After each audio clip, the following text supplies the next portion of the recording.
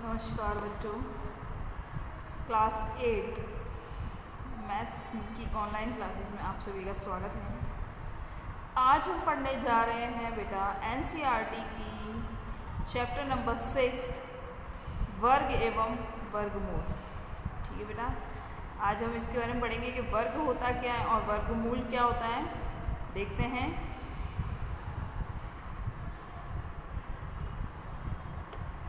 जैसा कि बेटा आपको सामने ये सारणी नज़र आ रही है, इस सारणी में देखिएगा आप कि हम वर्ग और वर्गमूल कैसे निकालते हैं। देखिएगा कि ये जो संख्या है, ये जो संख्या दिख रही है आपको, ठीक है, ये कहलाएगी जो संख्या, इसे ही वर्गमूल कहा जाता है, इसे ही संख्या कहा जाता है। और इसका वर्ग होगा 1, 2 का वर्ग होगा 4। अब आप कहेंगे ये वर्ग निकाला कैसे है, तो मैं बता दूं आपको कि जैसे कि 2 का वर्ग निकालना है आपका, तो 2 एक वर्गमूल है, तो इसका लिखेंगे 2 × 2। ठीक है, तो 2 दूनी 4, कितना हो गया 4। 3 का वर्ग निकालना है तो 3 × 3, तो 3 तिया 9।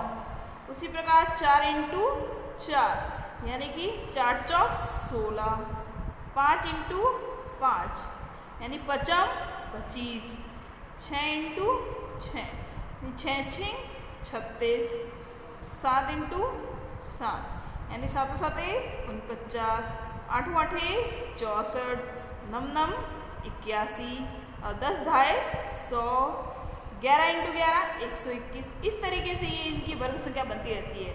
अगर हम किसी संख्या को इस तरीके से लिखते हैं, आप देखिएगा जरा कि अगर यदि हम किसी संख्या को लिखते हैं 15 स्क्वायर लिखा है, तो इसका मतलब ये है कि हमें इसको खोल के लिखना है, यानी कि 15 को 2 बार लिखना है और बीच में गुणा का निशान लगाना है। इसी की जगह अगर 15 का 3 होता है तो हम 15 को 3 बार गुणा करते हैं। ठीक है, और 15 × 15 हुआ यानी कि 225। ठीक है, 225 हुआ। तो आप इस तरीके से भी लिख सकते हैं, 15 का स्क्वायर होता है 225, यानी कि 15 का वर्ग। 2 का मतलब होता है वर्ग, आया समझ में, स्क्वायर मतलब वर्ग। सबको समझ में आ गया, टेबल अच्छे समझ में आई। और बेटा आपकी सहूलियतता के हिसाब से अगर इस प्रश्नावली को अच्छे से समझना है तो आपको ये 1 से लगाकर ये 50 तक की संख्या के वर्गमूल आपको याद होने चाहिए। ठीक है, 50 तक के संख्या के वर्गमूल। अब ये 50 सारे 50 नहीं है, 21 से लगा के 50 के बीच में मोस्टली आने वाली जो संख्या होती है 21 22 23 24 25, 25 के बाद में 30 35 40 45 और 50, ये मोस्टली जो आने वाली संख्या होती है उनके ही वर्गमूल आपको याद करने हैं। ज़्यादा कोई टफ नहीं है, इजीली आपको याद हो जाएंगे। और यदि ये आपको वर्गमूल अच्छे से याद हो गए तो आपके लिए प्रश्नों को हल करना बहुत आसान हो जाएगा। अब बेटा आपको बता दूं, प्रश्नावली 6.1 पे चलते हैं बेटा। 6.1 का पहला क्वेश्चन है, निम्नलिखित संख्याओं के वर्गों के इकाई के अंक क्या होंगे। आपको वर्गों के इकाई के अंक पता करने, तो अब आपको पता करना है इसका जो इकाई का अंक होगा उसको गुणा करके देखना है, तो आपको पता चल जाएगा इसके वर्ग का इकाई का अंक क्या होगा। मैं आपको समझा दूँ, चलिए कॉपी की तरफ। पहला प्रश्न है बेटा कि 81 इस तरीके से मैंने सारे 8 9 10 प्रश्न यहाँ लिख दिए हैं। और अब इनका अपने को इकाई का अंक पता करना है। मैंने यहाँ ऊपर हेडिंग डाली है, वर्गों के इकाई का अंक। ठीक है, इस तरीके से मैं देखना, आप अच्छे से समझना इन सवालों को। क्या आप देखिएगा कि पहली संख्या है 1। क्या है 1। जब ये 1 है तो इकाई का अंक जब 1 दे दिया इन्होंने, तो 1 का 1 से गुणा करते हैं तो कितना आता है, 1 × 1। 1 × 1 1 होता है। कितना होता है, 1 होता है। तो इकाई का अंक इसका क्या होगा, 1 होगा। फिर उसके बाद में 2 है, तो 2 का इसका इकाई का अंक 2 है, तो 2 का वर्ग कितना होगा, 4। 2 दूनी 4, तो 4। फिर इसका इकाई का अंक ये 9 है, तो 9 × 9 करके देखेंगे तो 90 90 81। 90 90 81 होगा। 81 का इकाई का अंक क्या बैठा है, 1। ठीक है, फिर इसका इकाई का अंक 3 है, तो 3 तिया 9, तो इसकी इकाई का अंक क्या बैठा, 9। 4 है तो 4 चौक 16 है तो 16 का इकाई क्या है 6, तो इसका होगा 6। फिर 7 है तो 7 7 49, 49 का इकाई क्या होता है 9, तो इसका हो गया 9। फिर है 8 8 64, तो इसकी इकाई कितना हो गया 4। फिर 0 है तो 0 का 0 ही होता है, तो इसलिए इसका इकाई हो गया 0। फिर देखिएगा कि ये है 6, तो 6 6 36, 36 की इकाई क्या हो गया 6, तो इधर लिख दिया 6। और फिर है 5 25, 5 का हो गया 25, 25 का इकाई 5। इस तरीके से इनके वर्गों की संख्या हम पता कर सकते हैं। समझ में आ गया यहाँ तक आपको? और चलते हैं नेक्स्ट क्वेश्चन की तरफ। सेकेंड क्वेश्चन देखिएगा बेटा, निम्नलिखित संख्याओं को स्पष्ट रूप से पूर्ण वर्ग संख्या नहीं है। मतलब इन्होंने बता दी है कि ये जो संख्या है, जो 1 से लगा के 8 तक की संख्या दे रखी है, ये पूर्ण वर्ग संख्या नहीं है। अब इसका कारण बताना है कि ये पूर्ण वर्ग संख्या क्यों नहीं है। ठीक है, तो पूर्ण वर्ग संख्या पता करने के लिए बेटा हमको सबसे पहले उसके इकाई के अंक को देखना होता है। ठीक है, इकाई के अंक में जैसे कि अभी मैं आपको समझा दूँ, देखिए किस तरीके से करना है आपको ये सवाल। जैसे कि बेटा संख्या आपको टेबल देखनी पड़ेगी पहले, 1 × 1, 2 × 2, 3 × 3, 4 × 4, 5 × 5, 6 × 6, 7 × 7, 8 × 8, 9 × 9। ठीक है, और 10 × 10। आपको ये 1 से 10 तक तो बहुत ही अच्छे से आपको याद होने चाहिए सारे के सारे, तभी आप इसको हल कर पाएंगे। आपको मुंह पे याद होना चाहिए कि 1 एकम 1, 2 दूनी 4, 3 3 9, 4 4 16, 5 25, 6 6 36, 7 7 49, 8 8 64, 90 90 81, 10 10 100। यानी 1 एकम 1, 2 दूनी 4, 3 3 9, 4 4 16, 5 25, 6 6 36, 7 7 49, 8 8 64, 90 90 81 और 10 10 100।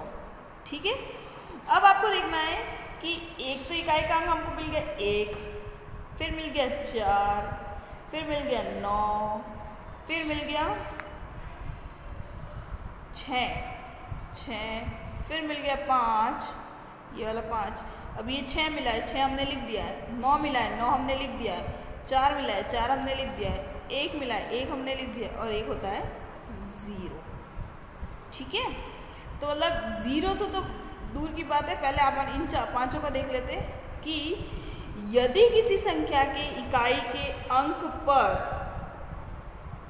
1 4 9 6 5 आ रहे हैं तो वह पूर्ण वर्ग संख्या हो सकती है। इन 1 से लगा के 10 तक के बीच में बेटा इनके अलावा और कौन कौन से अक्षर आते हैं? 2 3 5 आ गया, 6 आ गया, 7 नहीं आया, 8 नहीं आया, ठीक है, 9 आ गया।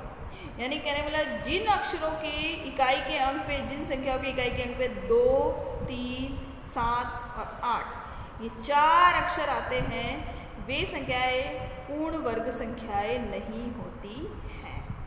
ठीक है, और यदि किसी संख्या के इकाई के अंक पे 0 आ रहा है तो हम ये नहीं कह सकते कि हर 0 वाली संख्या का पूर्ण वर्ग संख्या है। उसके लिए हमें ये देखना पड़ेगा कि अगर 0 जो है, किसी संख्या के पीछे अगर 0 है, वो अगर सम संख्या में आता है तब तो उसमें वह पूर्ण वर्ग संख्या है। यदि सम संख्या में 0 आते हैं तो वो पूर्ण वर्ग संख्या है, और इसके अलावा अगर विषम संख्या में 0 आते हैं तो वो पूर्ण वर्ग संख्या नहीं है। एग्जाम्पल के थ्रू देखिएगा कि अगर मैंने लिख दिया 600 लिखा है तो 600 में 0 की संख्या कितनी है? 2 क्या है? सम संख्या है। सम संख्या यानी कि ये पूर्ण वर्ग संख्या भी है। इसी की जगह मैंने लिख दिया 6000 में इकाई शून्यों की संख्या कितनी है? 3 क्या होता है? विषम संख्या। विषम संख्या कौन सी? ये, यानी कि ये पूर्ण वर्ग संख्या नहीं है, और ये है। समझ में आ गया आपको? तो नियम क्या कहता है कि यदि किसी संख्या में 0 की संख्या पीछे 0 आ रहे हैं और 0 की जो संख्या है वो अगर सम संख्या में होगी तो उस संख्या में वो संख्या पूर्ण वर्ग संख्या कहलाएगी, और यदि 0 की संख्या विषम संख्या में होगी तो वह पूर्ण वर्ग संख्या नहीं होगी। समझ में आ गया? यहाँ तक नियम आपको समझ में आ गया। अब चलते हैं आंसर की तरफ। प्रश्न दूसरे में कहा गया था कि संख्याओं को देखकर ज्ञात कीजिए कि ये स्पष्ट रूप से पूर्ण वर्ग संख्या नहीं है। और पूर्ण वर्ग संख्या नहीं है ये तो उन्होंने बता दिया, लेकिन वो क्यों नहीं है इसका कारण आपने को बताना है। तो सबसे मेन आपको एक नियम का ध्यान रखना पड़ेगा कि यदि किसी भी पूर्ण वर्ग संख्या का इकाई का अंक, यदि किसी भी मतलब संख्या का इकाई का अंक 2, 3, 7 या 8 इन चारों अक्षरों में से कोई भी अक्षर आता है इकाई का अंक, तो वह कभी भी पूर्ण वर्ग संख्या नहीं हो सकती है। समझ में आ गया?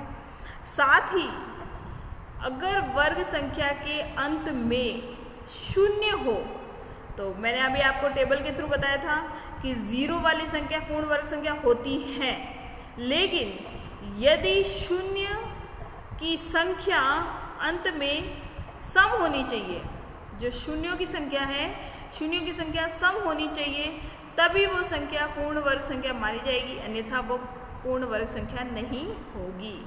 अब हम प्रश्नों के माध्यम से इसको हल करते हैं और देखते हैं कि किस प्रकार से होगा। पहला क्वेश्चन था बेटा कि 1057 1057 ये एक संख्या दे दी गई है और ये इन्होंने पहले ही बता दिया गया कि ये पूर्ण वर्ग संख्या नहीं है।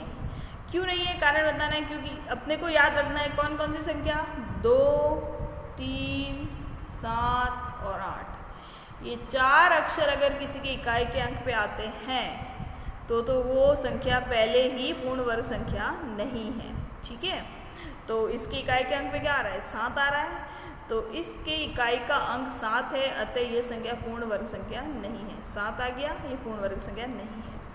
नेक्स्ट पे आ गया 3 यहाँ आ रहा है अपने, हाँ आ रहा है, यानी कि 3 इकाई के अंक पे 3 है, अतः ये पूर्ण वर्ग संख्या नहीं है।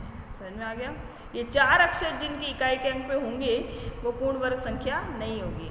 फिर नेक्स्ट है 8, इस संख्या 7928 में इकाई के अंक पे है 8, तो इसका इकाई का अंक 8 है, अतः ये पूर्ण वर्ग संख्या नहीं है। ठीक है, फिर नेक्स्ट देखिएगा चौथा प्रश्न कि इसका है 22,000 2,22,222, इसकी इकाई का अंक 2 है, तो अभी मैंने आपको बताया 2 जिसके इकाई का अंक होता है वो पूर्ण वर्ग संख्या नहीं होती है। ठीक है, अब 0 वाली संख्या का एग्जाम्पल अब आएगा।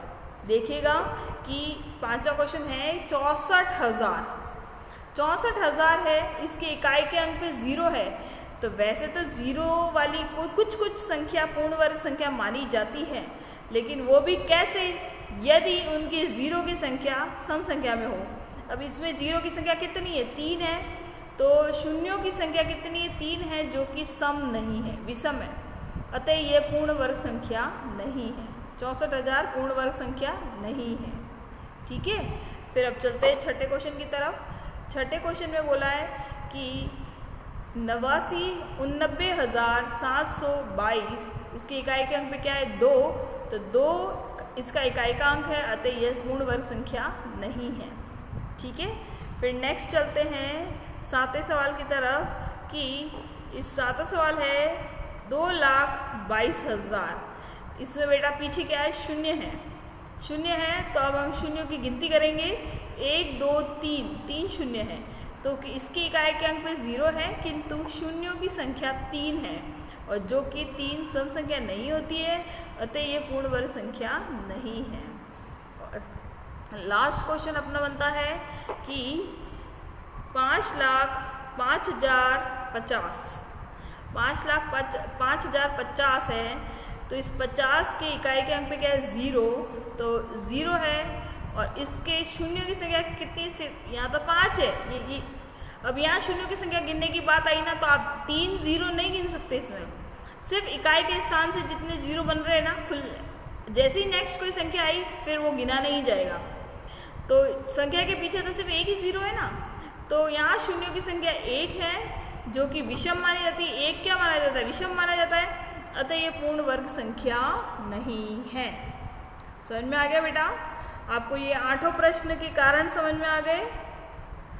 अब नेक्स्ट थर्ड क्वेश्चन हम कल की क्लास में देखेंगे। ठीक है बेटा?